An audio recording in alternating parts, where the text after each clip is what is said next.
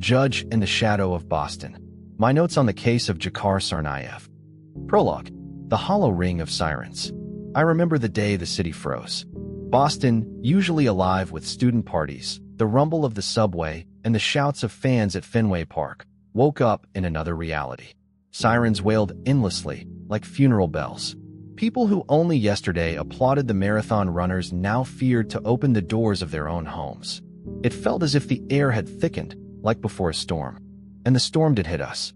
It had two faces, two passports, two brothers who one April day decided to turn a celebration of sport into a festival of death. I am a federal judge of the United States. Over the years, I have seen plenty: murders, corruption, drugs, terrorism. But the case of Jakar Tsarnaev, the young man who, together with his brother, carried out the 2013 Boston Marathon bombing, carved itself into my memory forever. Not only because of the brutality of the crime, but because of the questions it left unanswered. What makes a person capable of blowing up innocence? Can justice be found where there is only pain? This case divided not just the city, but my own soul. Chapter 1. The day silence exploded. April 15th, 2013, was an ordinary day at the courthouse. A few hearings, some appeals. Nothing unusual. I was driving home when the voice on the radio cut through. Breaking news. An explosion at the finish line of the Boston Marathon. There are casualties. Details to come. I slammed the brakes so hard that another driver honked behind me. My phone vibrated in my pocket. It was my assistant. "Judge, this looks serious.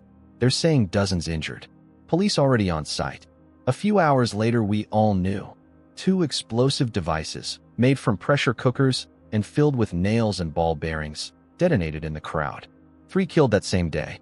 More than 260 injured. Boston had become a city under attack. Chapter 2. The Hunt. In the days after the bombing, the entire state lived under the sign of the manhunt. Television screens replayed the footage. 2 young men in caps. One white, one black. Calm faces, calm steps. And bombs in backpacks. Their names fell like a verdict. Tamerlan and Jakar Tsarnaev. That night, I couldn't sleep. And not only me, the whole city. Phones buzzed with messages. "Did you see? It's them, the brothers." Police, FBI, and the National Guard swept through neighborhoods. In Watertown, there was a firefight. The elder brother, Tamerlan, was killed. The younger, Jakar, escaped. Only the next evening they found him, bloody, half dead, hiding in a boat in someone's backyard. When they dragged him out, the crowd applauded. I saw the footage on television. It was like the city exhaled after a nightmare. But for me, it was only the beginning. Because I knew the case would land on my desk. Chapter 3. The eve of the trial. In my career, I had faced many difficult cases, but this one was different. Not just because of the scale of the crime, but because of the atmosphere. Boston wanted revenge. Families of the dead demanded justice. Journalists waited at every corner. Politicians pressed. I sat in my office late at night reviewing the materials. Photos of the blast site. X-rays of bodies pierced with metal. Testimonies of witnesses. And Jakar's portrait, a thin young man with a childlike face. He was only 19. It was hard to believe that this boy, who could have been a student in one of my lectures or my neighbor's son, had become a terrorist. My wife, when she learned I was assigned to preside, shook her head. "You know they'll pressure you from all sides. The media, the politicians, the people." I knew. But I also knew, in the courtroom there are no all sides. There is the law, and there is me. Chapter 4. A courtroom breathing pain. When the trial began, the courtroom resembled an arena. The jurors sat like spectators in the stands.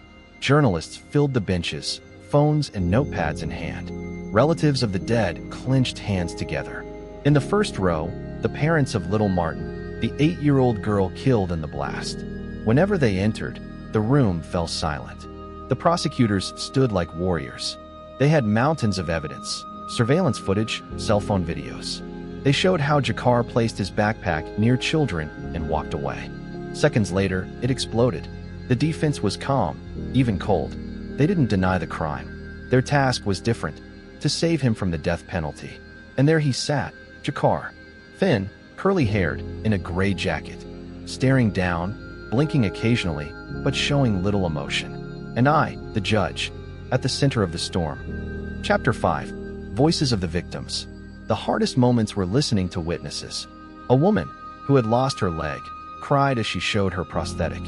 The father of the dead girl told how he held her body amid smoke and blood. A nurse testified she had never seen so many wounded at once. These voices were like hammers striking the heart. I saw some jurors swallow back tears. Even the prosecutor looked shaken. In those moments I understood, justice is not just dry law. It is also pain, dragged into the light. Chapter 6. The Defense Strategy. The defense argued a simple line. He was the younger brother, under the influence of the elder, essentially dragged into crime.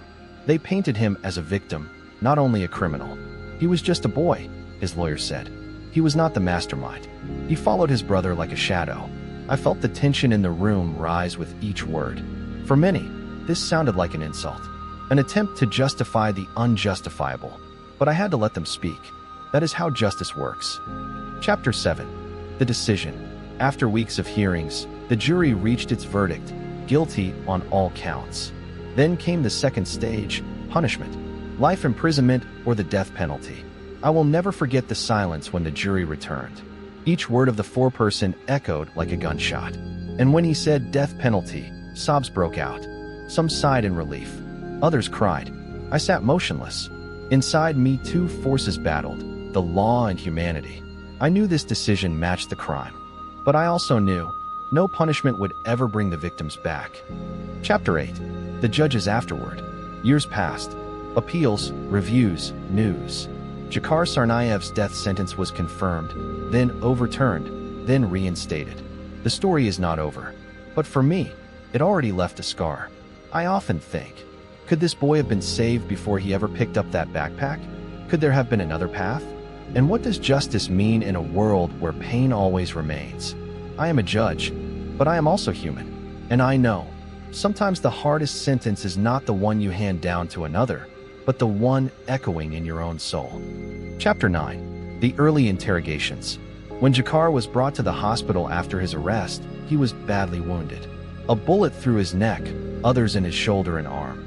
He lay hooked to machines, barely conscious, yet FBI agents were already at his bedside. Later I saw transcripts of those first exchanges. Questions fired. Asterisk, are there more bombs? Who helped you? Are there other terrorists in the city? Asterisk. He answered in fragments, often with gestures. But the message was clear. He and his brother acted alone. It always struck me as strange, a teenager, almost a child, speaking so coldly about the deaths of dozens. And yet, in him was fragility more fitting to a college freshman than an enemy of the state. But society had no doubts. He was the enemy. Chapter 10. The Weight of Society. In the days before the trial, letters poured into my office. Some from victims, pleading for the harshest punishment. Others from activists urging abolition of the death penalty. The phone never stopped. TV panels, round tables, I refused all. A judge cannot be part of the media storm. But even at the supermarket, I felt the looks. People recognized me, whispered, "That's the judge who will try Tsarnaev." Inside, I felt I had become a symbol. And that was scarier than any trial. Because a symbol cannot afford mistakes. Chapter 11. Selecting the jury. The hardest task was choosing jurors. In a city where everyone knew someone who suffered, finding 12 neutral people seemed impossible. Can you remain objective? I asked one candidate. He lowered his eyes. My friend lost his leg. I can't forget his scream as we carried him. I'm sorry, Your Honor. There were dozens of such stories. Some cried during interviews. In the end, we assembled a jury. 12 faces holding not just the fate of the defendant, but the peace of a city. Chapter 12. The Battle of Evidence. The prosecution unleashed a flood of evidence. Photos, videos, forensics. They showed the bombs in detail, shrapnel, batteries, gunpowder. They explained how the brothers prepared them in a kitchen. The strongest moment came when the court played footage from a store camera. Jakar stood holding a bottle of water. Beside him, the backpack. He left it among the crowd. Minutes later, an explosion. Women in the room gasped. Jurors stared, unblinking. My chest tightened. The defense didn't deny it. Yes, he did it. But they repeated, he was under his brother's control. Chapter 13. The Shadow of Tamerlan. The figure of the elder brother hung over the trial like a storm cloud. Prosecutors painted them as co-conspirators. Defense attorneys painted a tale of influence. Tamerlan, the radical, the manipulator, the stronger. Jakar was under his sway, the lawyer argued. He was not the leader. He followed out of fear and admiration. Listening, I thought, what if Tamerlan had survived?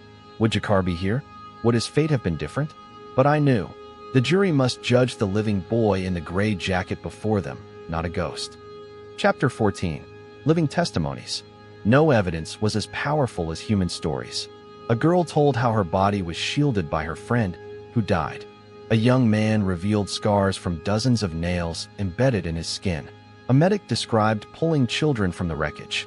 Each story forged the verdict. This was not just a trial of a man. It was a trial of hatred itself. Chapter 15. Unpredictable moments. Some episodes stuck with me. One day, defense showed a photo of Jakar at university, smiling among friends at a party. They asked the jury, "Do you see a terrorist here? Do you see someone born with hate?" Whispers spread through the courtroom. Prosecutors objected, but I allowed the photo. Because that was the point. Before us was not a fairy tale monster, but a person who made a monstrous choice. Perhaps that made the crime even darker.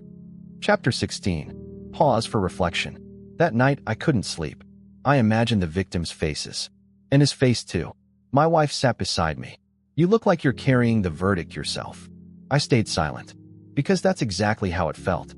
Chapter 17. The defendant speaks. When his moment came, Jakar rose. His voice was soft, hoarse. "I want to apologize to the victims, to the city, to everyone. I regret. I ask Allah to forgive me." Someone in the courtroom wept. Someone shouted, "Too late." I looked at him. Couldn't tell if this was true remorse or a last attempt to save his soul. Chapter 18. The sentence. When the jury delivered the death sentence, all eyes turned to me. Journalists, jurors, families, even the defendant. I proclaimed the decision. The room erupted. Some cried justice. Others sobbed. I felt only fatigue and emptiness. Because I knew I hadn't just signed a verdict for one man. I had sealed a story that would forever mark a city. Chapter 19. Appeals. After the death sentence, I knew it wasn't the end. In America, capital punishment is not a full stop, but a long corridor of appeals. Soon the defense argued. The trial was unfair. Jurors were biased. The city itself was too traumatized. At night, I reread their motions. Could they be right? Was it truly possible to find 12 neutral jurors in Boston? The lawyer in me knew we followed procedure. The human in me doubted. Chapter 20. The Supreme Court. In 2020, 7 years after the bombing, the Supreme Court overturned the death sentence. For the victims, it was a gut punch. I remember the father of the dead girl saying on TV, "It feels like it's all starting again." But in 2022, the sentence was reinstated. Hope and disappointment tossed people back and forth like waves. I only felt tired. Every appeal reopened wounds that never healed. Chapter 21. Politics and Justice. Politicians waved the case like a banner.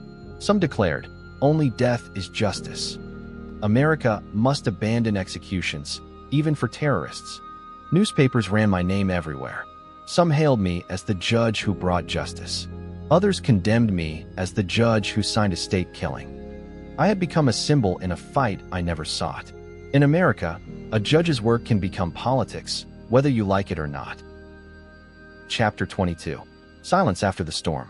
When the media let me go, I felt strange emptiness. I entered the courtroom where witnesses once testified. It felt like an abandoned stage after a play. Tables, benches, microphones. All the same, but lifeless. I asked myself, had justice truly happened? Or was it only collective therapy for a wounded city? Because even after the verdict, the pain remained. No legs returned. No children revived. No nightmares vanished. Chapter 23. Personal Shadow. Insomnia plagued me. Night after night, I saw two faces, the little girl who died and the boy in the gray jacket looking down. Why had they fused in my mind? Why couldn't I separate them? My wife said, "You sentenced the terrorist. Now you must sentence yourself. Otherwise, you won't live in peace." I had no answer. Chapter 24. The Death Penalty Debate. After the case, I was often invited to conferences. The inevitable question, "Do you believe in the death penalty?" I answered honestly, "I don't believe in it as punishment. but I believe in the law, and the law permits it. That answer always sparked debate. Applause from some, anger from others. I realized there is no right answer. Whatever you say, half the room will hate it. Chapter 25. Human and Inhuman. I kept thinking, where is the line between human and monster? Jakar loved music, played basketball, had friends. All ordinary, human. Yet at some point, he crossed the line. The human disappeared. It frightens me that a monster can emerge from anyone. Evil doesn't always wear a black cloak. Sometimes it wears a cap and smiles. That realization became my own verdict. Chapter 26. A Mother's Words. One day, after the trial, the mother of the dead girl approached me. "Your Honor, thank you for justice. But you know, even if they execute him, I won't get my daughter back." Her words cut deeper than any appeal or article. I understood. The death penalty heals nothing. It only places a period where grief still overflows. Chapter 27. My own crisis. Some nights, in my office, surrounded by stacks of cases, I asked myself, am I just a cog in a great machine? Do I really deliver justice? In those moments, I felt empty. What is justice in a world where an 8-year-old girl dies in an explosion? Where a boy drops a backpack and walks away? I wanted to scream that justice is a myth. But I knew, if a judge loses faith in law, society loses faith in everything. So I held on. Chapter 28. A Lesson for the Future. When students ask me, what did you learn from the Tsarnaev case? I answer, evil will always be among us. But we cannot allow ourselves to become like it, even with the power of court and state in our hands. I tell them, justice is not vengeance. It's an attempt to preserve humanity where it's almost gone. They often look surprised, expecting something harsher, more official. But the truth is, I'm still searching for the answer myself. Chapter 29. Final Reflection. Looking back, I see. The greatest verdict in this case was not for Jakar Tsarnaev. It was for all of us. We delivered judgment on hatred. We told it, you will not break our city, our society, our belief in law. But we also learned how fragile that belief is. I am a judge. My job is to place periods in stories where people only want exclamation marks. Justice rarely looks like victory. It looks more like a burden to carry for life. And this burden I will carry always. Epilogue. Every April, I walk the streets of Boston as the city gathers again for the marathon. People run, laugh, wave flags. The streets are full of life. I watch them and think, this is the real victory. Not that we executed a terrorist or pronounced a verdict, but that we keep running, despite it all. And then I feel that. Subscribe to the channel. Share the video. Hit like.